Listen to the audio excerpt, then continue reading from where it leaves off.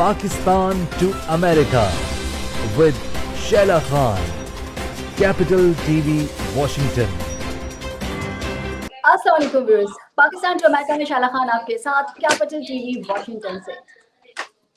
जैसे कि इस प्रोग्राम के नाम से जाहिर, इस प्रोग्राम में शामिल होती हैं पाकिस्तान और अमेरिका से जुड़ी खबरें, बातें होती हैं दोनों मुल्कों की सियासत पर और हालात हाज़िरा पर और दुनिया की latest top and trending stories पर। और इन सब पर अपना तज्ज़िया पेश करने के लिए मुख्तलिफ गेस्ट मुख्तलिफ मुल्कों से हमें ज्वाइन करते हैं। इसके अलावा आपकी दिलचस्पी को देखते हुए हम इस शो में मुख्तलिफ गेस्ट को भी इन्वाइट करते हैं, जिनकी इंटरव्यूज से, जिनकी बातों से हमें और आपको बहुत कुछ सीखने को मिलता है। अपने गेस्ट का तारुफ कराने से पहले आप तमाम लोगों से कुछ बात करते जाए। पाकिस्तान के लिए हॉकी के मैदान से खुशखबरियां आना शुरू हो गई हैं।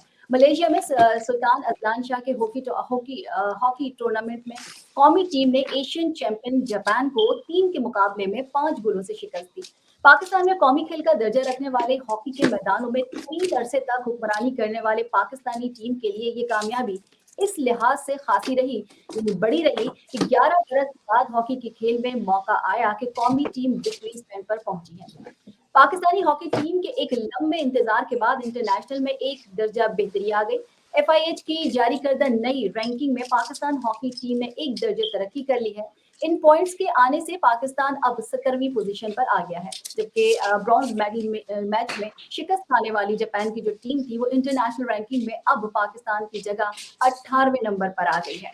हॉकी के मैदानों से जीत की ये खबर एक ऐसे वक्त में आई जब पाकिस्तान ने अपने कौमी खेल के हवाले से एक और बड़ा एजाज हासिल किया। पाकिस्तान के तैयब इकराम इंटरनेशनल हॉकी फेडरेशन के नए सदर मुंतखब हो गए।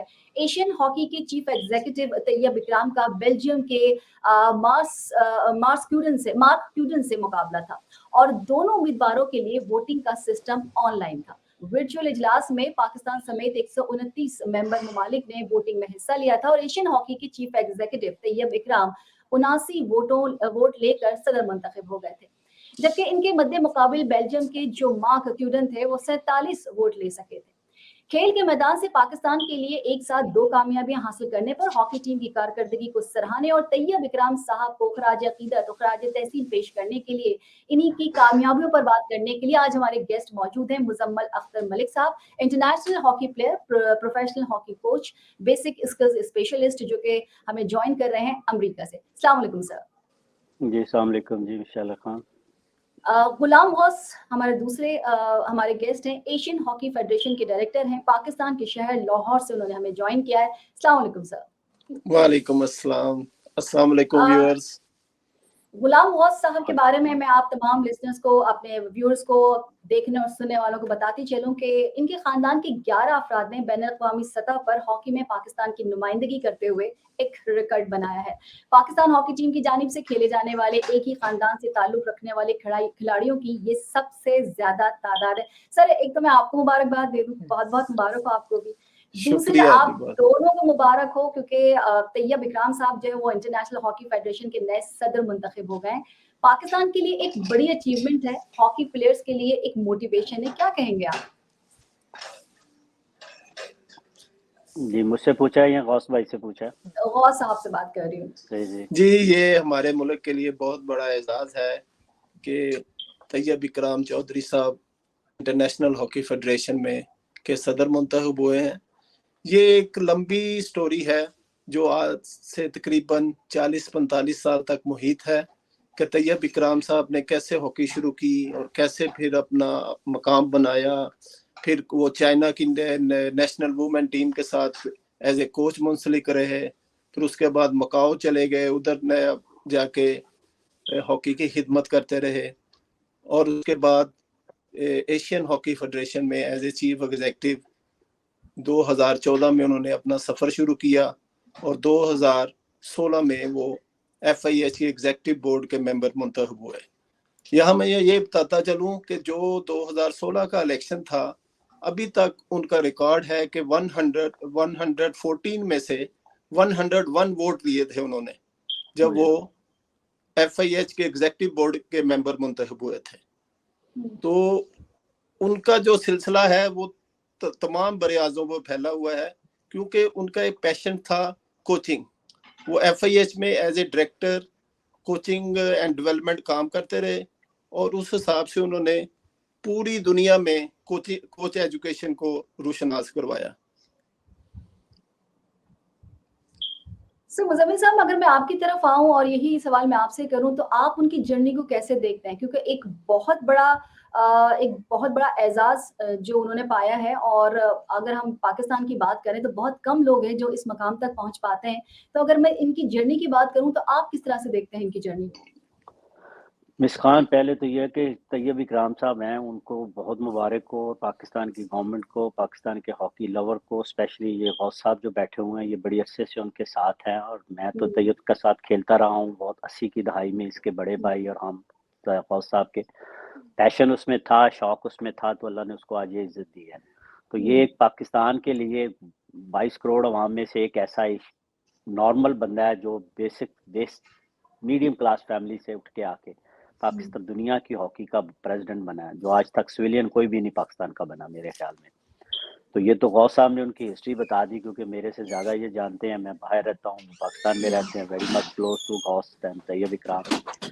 तो ये एजाज़ तो एक मुनफरद एजाज़ है, जो मेरा नहीं ख्याल कि तैयब के बाद शायद ही कोई आगे जाके 30-40 साल में, ये गौस साहब शायद कर लें, या और कोई बंदे ऐसे बहुत कम ही होंगे जो ऐसा कर सकेंगे, सिवाय के कोई मिलिट्री डिक्टेटर जनरल आए तो वो करे तो करे, वरना ऐसे नॉर्मल आदमी नहीं करते। तो ये is a very big honour to me as a Pakistani. America में रहते हुए मैंने उसके लिए दोस्तों को कहा भी था, मुझे वैसे ही बड़ी खुशी हुई है कि हम लोग इसके साथ भी खेले हुए हैं, हमारे साथ लाहौर में होते थे, फिर हम इधर आ गए, वो अपने कामों में चले गए।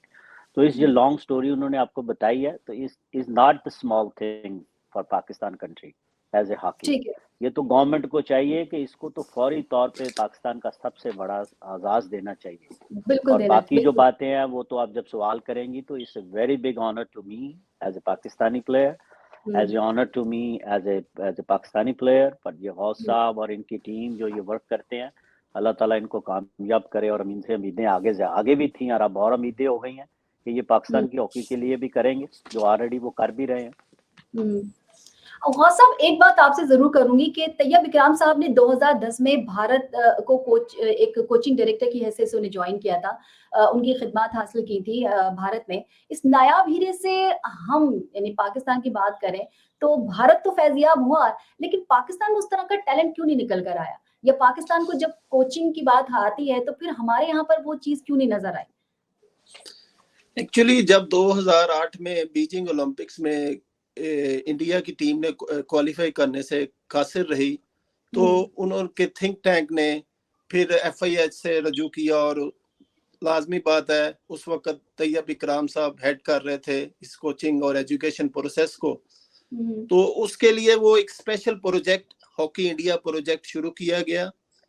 और यहाँ पर मैं ये बात बताता चलूं कि इसमें हॉकी जो गवर्नमेंट ऑफ इंडिया है उन्होंने बहुत ज्यादा सपोर्ट किया, और एक लाइन जो तैयब इकराम साहब ने दी थी उस पे वो चलते रहे, और चलते चलते उनका रिजल्ट अल्टीमेटली ये हुआ कि 2020 में बीच अपना ओलंपिक है, टोक्यो ओलंपिक, उसमें वो सिल्वर मेडल हासिल करने में कामयाब हो गए। और दूसरी तरफ हम देखें कि पाकिस्तान की टीम जो बीजिंग ओलंपिक का हिस्सा थी, उसके बाद फिर लंदन ओलंपिक का हिस्सा थी, फिर रियो का हिस्सा थी, लेकिन उसके बाद हम आहिस्ता आहिस्ता डिक्लाइन की तरफ जाते गए, क्योंकि हमने वो कोचिंग एजुकेशन का प्रोसीजर जो सा था वो अडेप्ट करने में नाकाम रहे, और मुख्तलिफ किस्म के तजर्बात करते रहे। कभी कोई ओलंपियन आ गया, कभी किसी को टीम दे दी, कभी रोलर आल्मंड को बुला लिया 1 साल के लिए, किसी को 6 माह के लिए बुला लिया। तो ये कंटिन्यूअसली कोई काम ऐसा हुआ नहीं, और साथ ये गवर्नमेंट की सपोर्ट उनको हासिल नहीं थी, और जॉब अपॉर्चुनिटीज जो बहुत ज्यादा थी वो कम होती गई, और आहिस्ता आहिस्ता अब खत्म होती जा रही है। सही। मुज़म्मिल साहब, अगर मैं आपसे ये कहूँ कि पाकिस्तान की हॉकी का जो डिक्लाइन हुआ है या जो वो नीचे की तरफ आई है, उसमें ज्यादा किरदार किसका रहा? प्रोफेशनलिज्म का रहा, या जो फाइनेंशियल सपोर्ट नहीं हो रही है हॉकी के हवाले से जो होनी चाहिए, उसका किरदार ज्यादा रहा?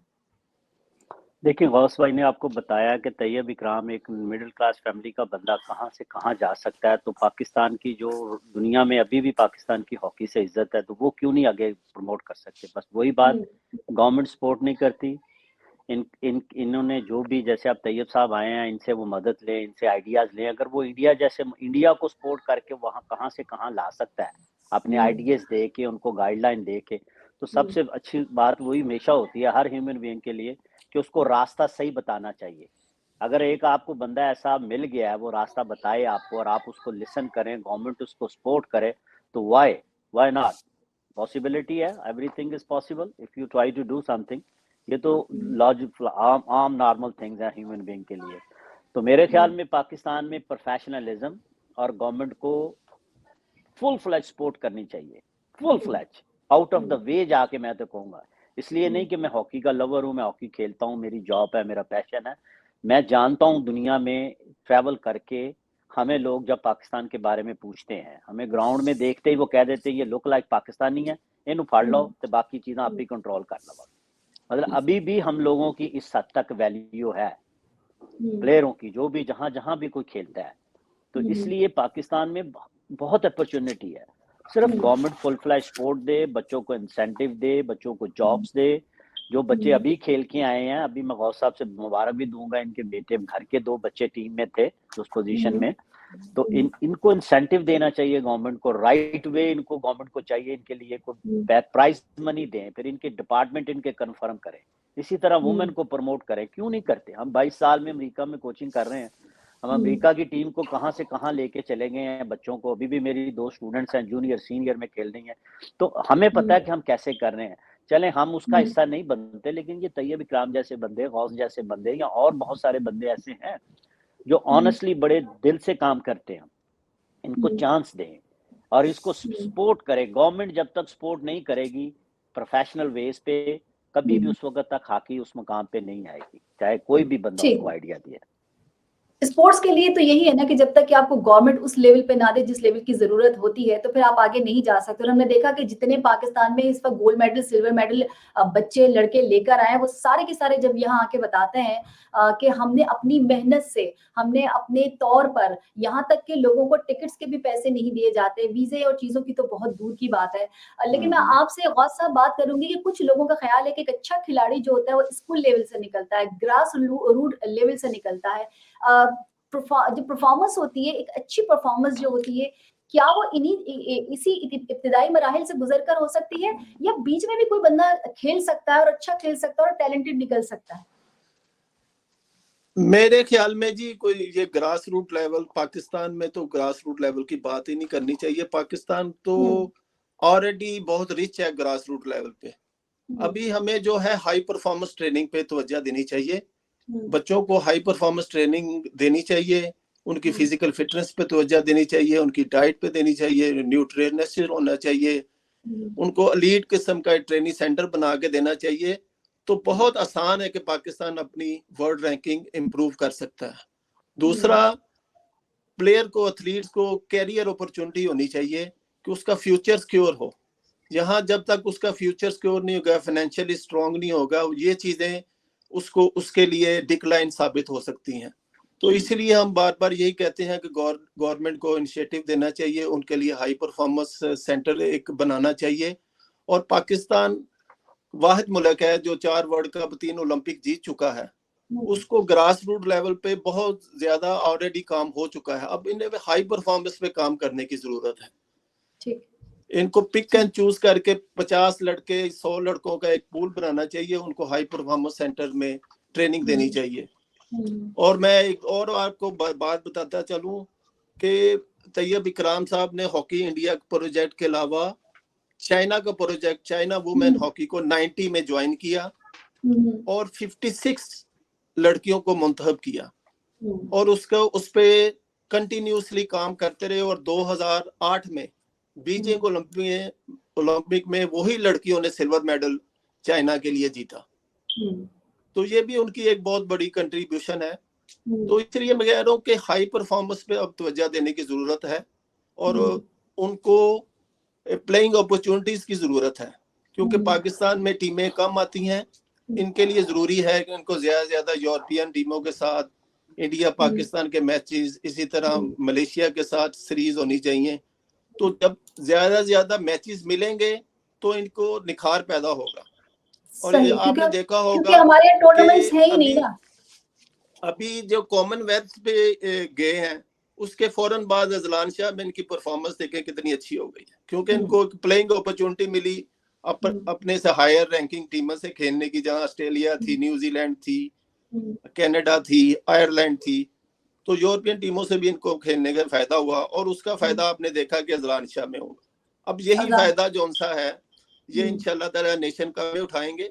और एक मैं और आपको बात बताता चलूं, इस टीम में 9 लड़के अंडर 19 है जो कि नेक्स्ट जूनियर वर्ल्ड कप अगले साल है। तो ये एक बहुत strong base Pakistan junior team के लिए मिल गई है। इंशाल्लाह ताला आप मेरी बात ये नोट कर लें, अगर इसी तरह ये इनको अपॉर्चुनिटीज मिलती रही तो इंशाल्लाह पाकिस्तान जूनियर वर्ल्ड कप में बहुत अच्छी विक्ट्री स्टैंड पे होगा इंशाल्लाह ताला। बिल्कुल होगा इंशाअल्लाह। मलिक साहब, अजलान शाह हॉकी कप में क्योंकि 6 टीमें खेल रही थी तो लोग पाकिस्तान के और हर जगह के, क्योंकि हमारी पाकिस्तान की परफॉर्मेंस हॉकी टीम की इतनी अच्छी नहीं रही है, तो लोग ही समझ रहे थे कि शायद क्योंकि 6 टीमें गई हैं तो पाकिस्तान 6ठे नंबर पे ही होगा, लेकिन ऐसा नहीं हुआ। अब दूसरा ये कि जो मलेशिया, जापान, कोरिया, जनूबी अफ्रीका और मिस्र के इवेंट्स में शामिल थे, लेकिन इंडिया नहीं था। इसकी कोई खास वजह थी? मुझे इसकी एक्चुअली तो कोई ऐसा रीजन नहीं मुझे नजर आ रहा कि क्यों नहीं था वो उधर, कोई उनका डोमेस्टिक इशू होगा। लेकिन बहरहाल जो भी ये टीमें थी उधर, टॉप की 6 टीमें जो थी, China, Japan, Korea, Malaysia, Pakistan, ये भी एक टॉप लेवल की हॉकी खेलती हैं आजकल। China already, Japan already Asian champion था, लेकिन पाकिस्तान ने जो खेल खेला है वो हाउस ने अभी आपको बताया कि लड़कों को जब एक्सपीरियंस मिलता है ना खेलने का बड़ी तो टीमों से या दूसरी टीमों से, तो उनपे निखार आता है। तो ये तो सिंपल सी बात है, एक्सपीरियंस मिलता है तो लड़के आगे जाते हैं। तो ये आगे अचीवमेंट है। इंडिया नहीं आया वो कोई बात नहीं, आता भी तो कंपटीशन अच्छा होना था, इसी तरह जैसे जापान कोरिया के साथ हुआ है, तो वो एक मैच का मजा आता है। पाकिस्तान इंडिया हमेशा से, पाकिस्तान इंडिया क्रिकेट हो, हॉकी हो, कबड्डी हो, कोई भी चीज हो, तो पीपल भी fight to each other through India. तो और इसके अलावा तो कोई बड़ा नहीं होना था। कोरिया, जापान कुछ लेकिन मलिक टीमें साहब, नहीं है। बहुत बहुत मुश्किल से ये टीम गई है। अब वाकई अप्रिशिएट करना चाहिए, एनकरेज करना चाहिए, इनका हौसला बढ़ाना चाहिए। एक यंग टीम उतारी थी मैदान में, 9 खिलाड़ियों का डेब्यू था इनके पास। पहले बड़ी कंफ्यूजन रही कि फेडरेशन बचेगा नहीं बचेगा, आपको पता है वो सियासत चलती रही। फिर एनओसी का भी मसला आया इस टीम को, पाकिस्तान की टीम जा भी सकेगी ये नहीं सकेगी, ये कंफ्यूजन बरकरार रही। लेकिन एंग्रो ग्रुप ऑफ कंपनी का शुक्रिया मैं वाकई में अदा करना चाहिए, जिन्होंने इनको सपोर्ट किया, स्पॉन्सर किया। और खेलों की जब हम बात करते हैं तो जब तक स्पॉन्सरशिप नहीं मिलती है, जब तक सपोर्ट नहीं मिलती है, जब तक कोई भी खिलाड़ी इस तरह से आगे नहीं जा सकता।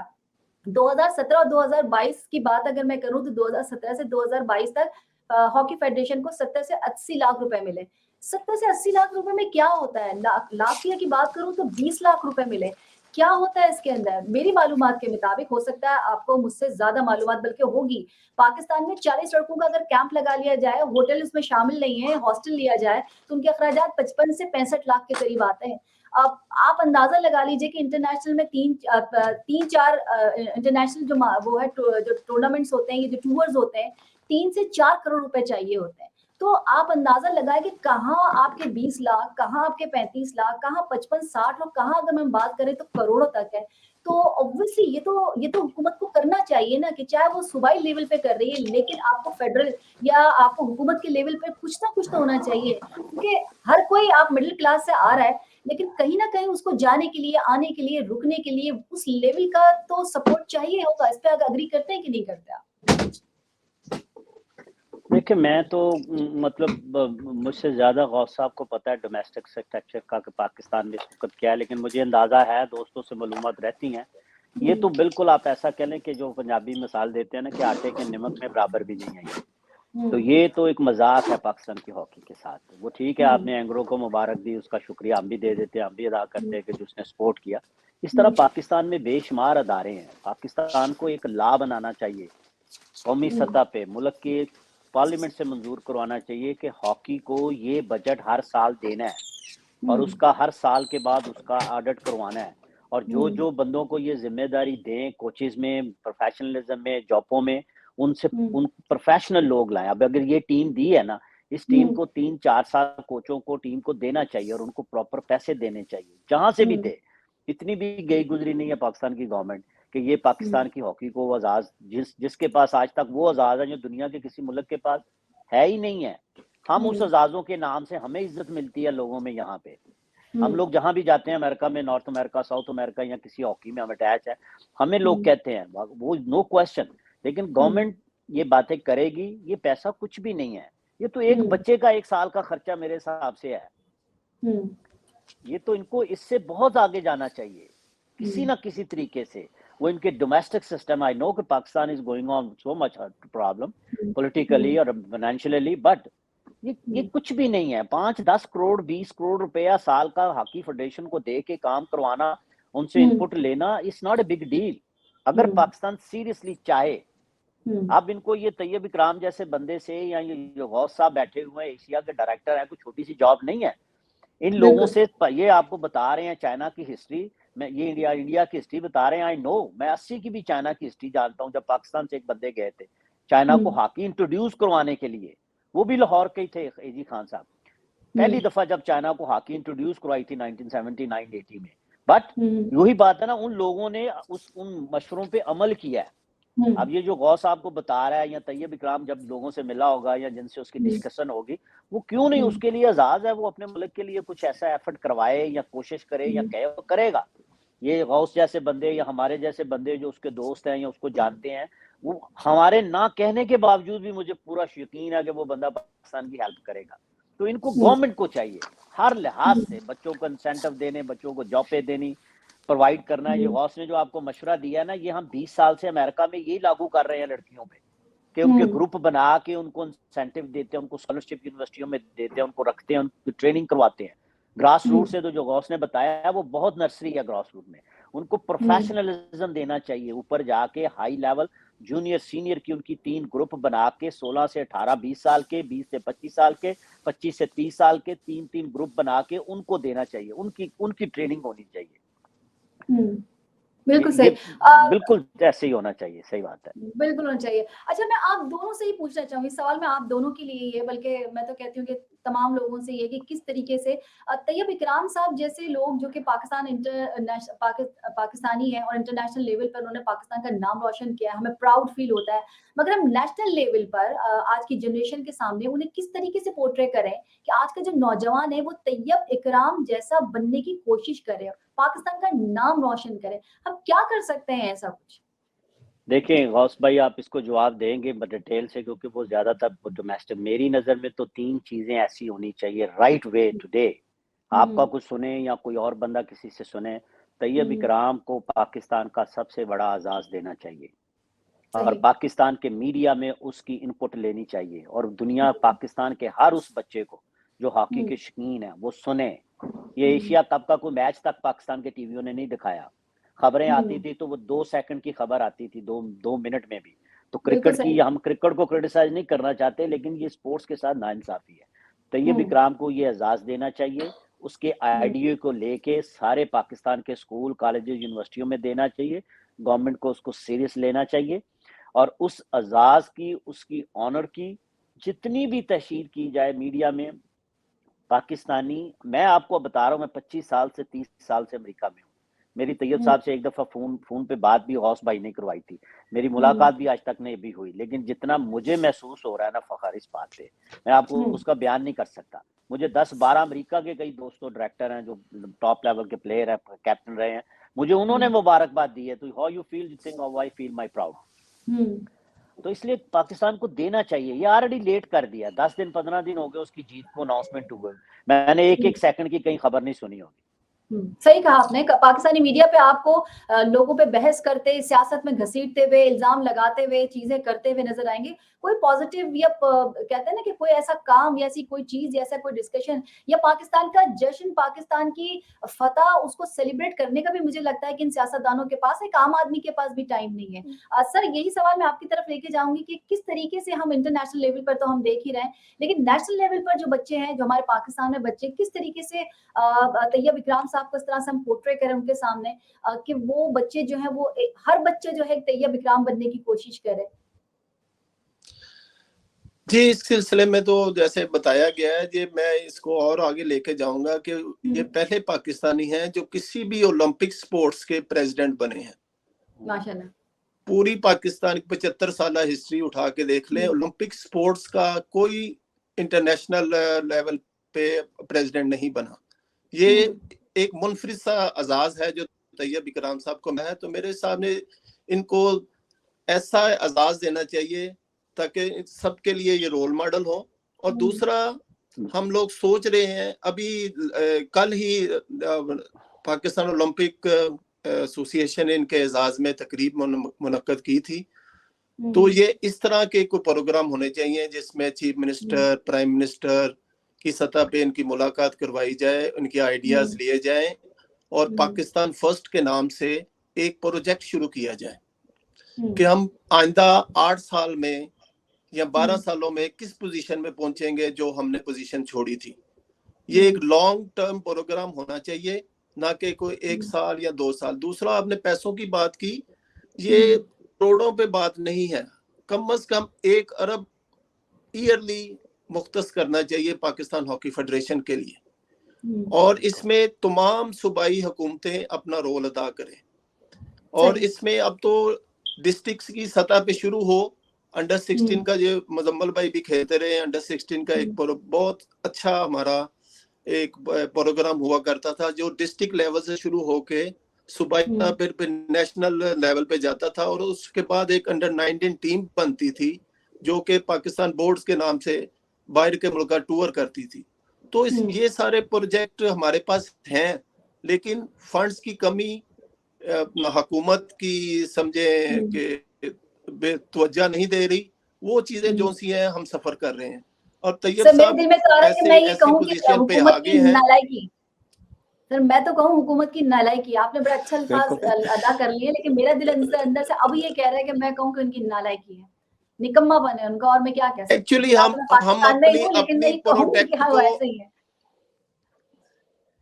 एक्चुअली हम अपनी प्रोडक्ट को सेल नहीं कर सके। हमें अपने हॉकी को सेल करना चाहिए। ये एक ओलंपिक स्पोर्ट्स है और क्रिकेट एक रीजनल स्पोर्ट्स, में इसको वर्ल्ड लेवल पे भी नहीं इतना रिकॉग्नाइज करता। हमारी जो सी व्यूअरशिप के हिसाब से ओलंपिक्स की 3रे नंबर की ये स्पोर्ट्स है हॉकी। अभी भी आप इंडिया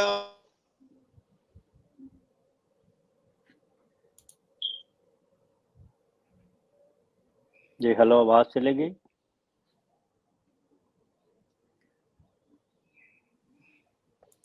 जी मुजम्मल साहब आप बताइए। चलिए मैं आपसे पूछ लेती हूँ, यही सवाल मैंने आपसे किया था, लेकिन अगर मैं दूसरा सवाल कर लेती हूँ कि तैयब इकराम साहब की खिदमात को एक्नॉलेज करने के लिए गवर्नमेंट के लेवल पर हमें करना क्या चाहिए? कोई एकेडमी बनाएं, उनके नाम की टूर्नामेंट्स करवाएं, कोई स्टेडियम नाम होना चाहिए, कोई ना कुछ ऐसा होना चाहिए ताकि नाम उनका रहे। जब तक नाम उनका नहीं रहेगा, जब तक हमारे आज के बच्चों को नहीं जान सकेगा। देखिए, नाम तो उनका फॉरएवर रहना ही रहना। आप सारी पाकिस्तान को उसके मशवरों से फायदा लेना चाहिए। उसको पाकिस्तान को पर्सनली उसको रिक्वेस्ट करके उससे टाइम लेके, क्योंकि now he is very busy in the world, उसको पाकिस्तान में उसके लिए 2, 4, 5 दफा किसी ना किसी जगह ऐसी गेट टुगेदर करनी चाहिए, प्राइम मिनिस्टर प्रेसिडेंट लेवल पे, सूबाई लेवल पे, और उस पे उसके आइडियाज ले और गवर्नमेंट उस पे इम्प्लीमेंट करवाए। और जो गौस ने अभी आपको बताया कि जो 1 यूनिट प्रोजेक्ट है, वो बात भी उसकी सही है। 10 साल 5 साल का अगला, लेकिन अभी कल किसने देखा कल क्या होना है? जिंदगी अल्लाह ताला सबको दे, लेकिन अभी उस बंदे से ये फायदा लेना चाहिए। और उसको जितना भी पाकिस्तान में, जितना भी वर्ल्ड लेवल पे, जितना भी इंटरनेशनल लेवल पे, हम अमेरिका में बैठे, हमें पता है यहाँ पे पाकिस्तान के प्रेसिडेंट, प्राइम मिनिस्टर कैसे हैंडल होते हैं, हम देखते हैं। हमने बड़ी आंखों से बड़ा कुछ देखा हुआ है कि, लेकिन जो पाकिस्तान के स्पोर्ट्समैन की इज्जत होती है ना, वो एक और ही अलग अंदाज होता है। उसकी भी बड़ी हिस्ट्री की मिसालें हैं, कभी आपको बताऊंगा कि एयरपोर्टों पे ओलंपिक चैंपियनों को खड़े होकर सिक्योरिटी वाले सलूट कर देते हैं। ऐसी भी मिसालें मैंने देखी हुई हैं। बट इसका उसको, इस तैयब इकराम के इस नाम को, इस ओहदे को, इज्जत को, पाकिस्तान को ओपन करना चाहिए, पूरी दुनिया में ओपन करना चाहिए। पाकिस्तान की हर छोटी से छोटी, बड़ी से बड़ी सतह पे ओपन करना चाहिए। एकेडमी बनानी या उसके नाम से, वो अलग इशू है, वो बनाए, स्टेडियम बनाए, एकेडमी बनाए, जो कुछ मर्जी करें, वो फिर भी कम है। जो बड़ा एजाज उसने लिया है या जो बड़ी इज्जत उसने पाकिस्तान को दिलवाई है, मैं चाहता हूँ उससे फायदा लें, हॉकी पे फायदा लें। और वो जो मशवरा कहता उस पर मनो अमन 100% 110% अमल करे। अगर वो आपको 10 लफ्ज कहता तो उस पर 2 अपनी तरफ से ऐड करके उस पर अमल करवाएं, फिर होगी उसकी भी ख्वाहिश पूरी और हमारी भी ख्वाहिश पूरी। सही। अमूमन तो क्या होता है कि हम किसी भी बड़े बाहर के किसी कोच को बुलाते हैं, हमारे पास पैसे नहीं होते हैं, हम किसी के साथ कुछ नहीं कर सकते, लेकिन अल्लाह ताला ने अगर इतनी बड़ी अपॉर्चुनिटी दे दी है कि एक शख्स आपके साथ मौजूद है, फिर इंटरनेशनली उसे रिकॉग्नाइज कर दिया गया है, एक्नॉलेज किया जा रहा है उसकी चीजों को, तो उससे फायदा उठाना चाहिए। और साहब जरा आपसे भी लास्ट कमेंट लूंगी प्रोग्राम का, जरूर मुझे बताइएगा कि किस तरीके से हम अपने हीरो को खराज तहसीन पेश कर सकते हैं, किस तरीके से हम उनसे काम ले सकते हैं, कौन कौन से आइडियाज हैं जिस पे हम काम करके उनसे कुछ कुछ काम ले सकते हैं। हमारा एक ब्रांड है, हमारी एक पर्सनालिटी है, तो उसको हम किस तरीके से अपने हॉकी में एडजस्ट कर सकते हैं। जी, उसके लिए तो सबसे पहले एक लॉन्ग टर्म प्रोग्राम की जरूरत है। जैसे कि मैं पहले कह सकूं पाकिस्तान 1 कि हमने कैसे अगले 10 सालों में इस मुकाम तक पहुंचना है, उसका रोड मैप आपको तैयब इकराम साहब ही दे सकते हैं। उससे ज्यादा कोई आदमी कॉम्पिटेंट नहीं है जो पूरे पाकिस्तान में या पूरी दुनिया में जो आपको इस मुकाम पे दोबारा वापस दिला सकता है। लिहाजा जो वो कहते हैं, जो वो गाइडलाइन देते हैं, उस पर अमल करने की जरूरत है। उस सिलसिले में फेडरेशन और हुकूमत का एक पेज पे होना जरूरी है। और दूसरी जो एथलीट्स कैरियर है वो उसकी सिक्योरिटी बहुत जरूरी है। एथलीट्स कैरियर की अपॉर्चुनिटीज क्या है, आगे फ्यूचर में उसका क्या होगा, वो कैसे अपने आप को सिक्योर करेगा फाइनेंशियल तौर पे अपनी, तो उसको इस फिक्र से आजाद होना चाहिए। और फौरी तौर पे एक हाई परफॉर्मेंस सेंटर पाकिस्तान में बनना चाहिए जहां पे तमाम एलीट जो मुंतखब लड़के हैं उनको वो under the leadership of guidance of Tayyab Ikram training देनी चाहिए। सही, बिल्कुल सही कहा। मुजम्मिल साहब जरा जाने से पहले, लास्ट कमेंट से पहले जरा मैं चाहूंगी कि आप भी एक साउथ अफ्रीका का विजिट करके आए हैं, आप भी हॉकी खेल कर आए हैं, जरा उसकी भी हमें अपडेट दे दीजिए। देखिए, हम तो 5-7 दिन ही हॉकी खेलते हैं और खिलाते हैं। यहाँ पे हमारी जॉब है, हमें अल्लाह ने इज्जत दी हुई है पाकिस्तान की बदौलत से ही, पाकिस्तान के नाम की वजह से, इन सब दोस्तों की वजह से जो आज इस मकाम पे हैं। तो वो तो अमेरिका की टीम जाती है मास्टर वर्ल्ड कप पे, आई विश के पाकिस्तान की टीमें भी आए, हम कोशिश भी करेंगे आगे जाके। तो वो वर्ल्ड कप पे गए थे, वो बहुत अच्छा रहा। मेरा इंडिविजुअल अपना बहुत अच्छा रहा, मैं अपनी टीम के टॉप स्कोरर रहा हूँ, 6 स्कोर किए हैं, 3 असिस्ट किए हैं, अपना ही रिकॉर्ड तोड़ा मैंने स्पेन के वर्ल्ड कप का। वो मेरे लिए तो एक ऑनर है as a Pakistani, I be doing good job for the USA team. दूसरी रही बात ये कि भी ये जो गौस साहब की बातें हैं, इनको भी मुबारक दें, इनके 2 घर के बच्चे इस टीम में थे जो एशिया कप जीत से 3rd आई है। मैंने तो शुरू में दिया, बल्कि मैंने तो ये भी कहा कि पूरा प्रोग्राम आप पे होना चाहिए। मैंने तो ये भी कहा है उनसे। वो आपके पास अब नंबर आ गया, जब चाहे आप इनको कोऑर्डिनेट कर सकती हैं। कभी तैयब इकराम साहब आए, उनसे भी कर सकते हैं, वो तो अदर इशू है। लेकिन मेरे लिए भी ये बड़ी खुशी की बात है कि भी मेरे ये जो 2 बच्चे गए हैं टीम में, बहुत अच्छी उनमें पोटेंशियल है। उनके लिए जो गौस ने कहा है कि उनके फ्यूचर के लिए गवर्नमेंट को ये सिक्योर होना चाहिए। बाकी रही अमेरिका में, हम तो ये 24 घंटे की हमारी ये जॉब होती है। मैं तो अपने आप को एज ए प्राउड करता हूँ कि भी मेरी अभी 18 बच्चियां मेरी ट्रेनिंग की जो स्टेट में डिफरेंट डिवीजन की स्टेट चैंपियनशिप में गई हैं और कॉलेजों में जा रही हैं अगले साल, समझ लगी। तो इस सेंस में हमें पाकिस्तान में भी फख्र है। जैसे ये गौस साहब के घर के बच्चे हैं, मैं जानता हूँ उनको बचपन से, एक मिलकर भी आया था, उनमें पोटेंशियल भी है। तो ये अमेरिका का सर्कल चलता रहेगा, पाकिस्तान का चलना चाहिए। हम यहाँ फील करते हैं, हमें कोशिश है, ख्वाहिश है कि पाकिस्तान में होनी चाहिए। अल्लाह ताला इनको कामयाब करे। तैयब साहब को हमारी सबकी तरफ से बहुत मुबारक। और I be feel really proud myself कि हम लोग उसके दोस्त हैं, या हम लोगों ने एक साथ गुजारा हुआ। गौस साहब तो उसके राइट हैंड है या लेफ्ट हैंड है, ये तो हर वक्त उनके पास होते हैं या साथ होते हैं। तो इनके लिए भी बड़े एजाज की बात है। लेकिन ये फैमिली तो ऑलरेडी नो क्वेश्चन एक लेजेंडरी फैमिली है पाकिस्तान में, जिनका है रिकॉर्ड भी शायद आगे जाके 50 साल 100 साल में कोई नस्ल तोड़ेगी। आई डोंट थिंक सो कि किसी, अभी तो किसी ओलंपिक को भी देख लें आप, अख्तर सूल जैसे बंदों को देख लें, उसका कोई बेटा नहीं खेला। और देख लें किसी मंजूर जूनियर साहब, अल्लाह उनकी मग़फ़िरत करे, उनका बेटा नहीं खेला। और सो मैनी लेजेंड्स प्लेयर जिनका दुनिया में नाम है, उनकी आगे नस्लें नहीं खेलती। तो ये तो एक हीरा फैमिली है जो कह रहे हैं कि इसके पत्थर को तराशते जाएं तो आपको और हीरे मिलते जाएंगे।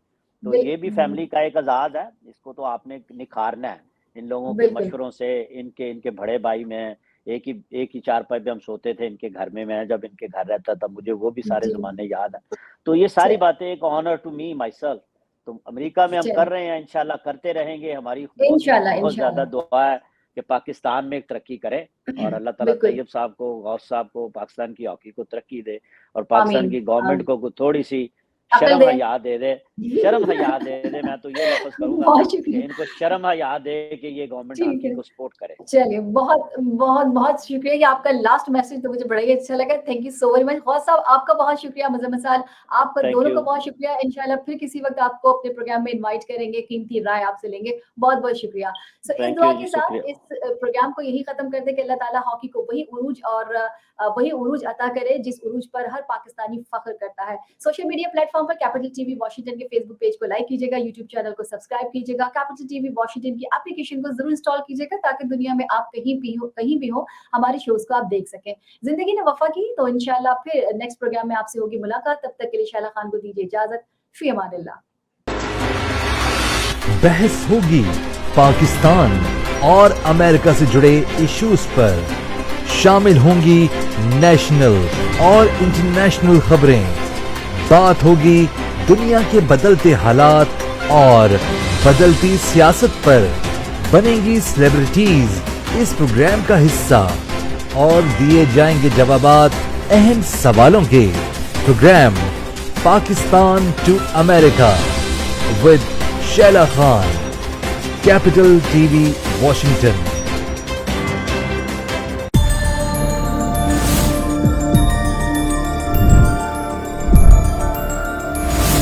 You are watching Capital TV Washington, the best South Asian TV channel in North America.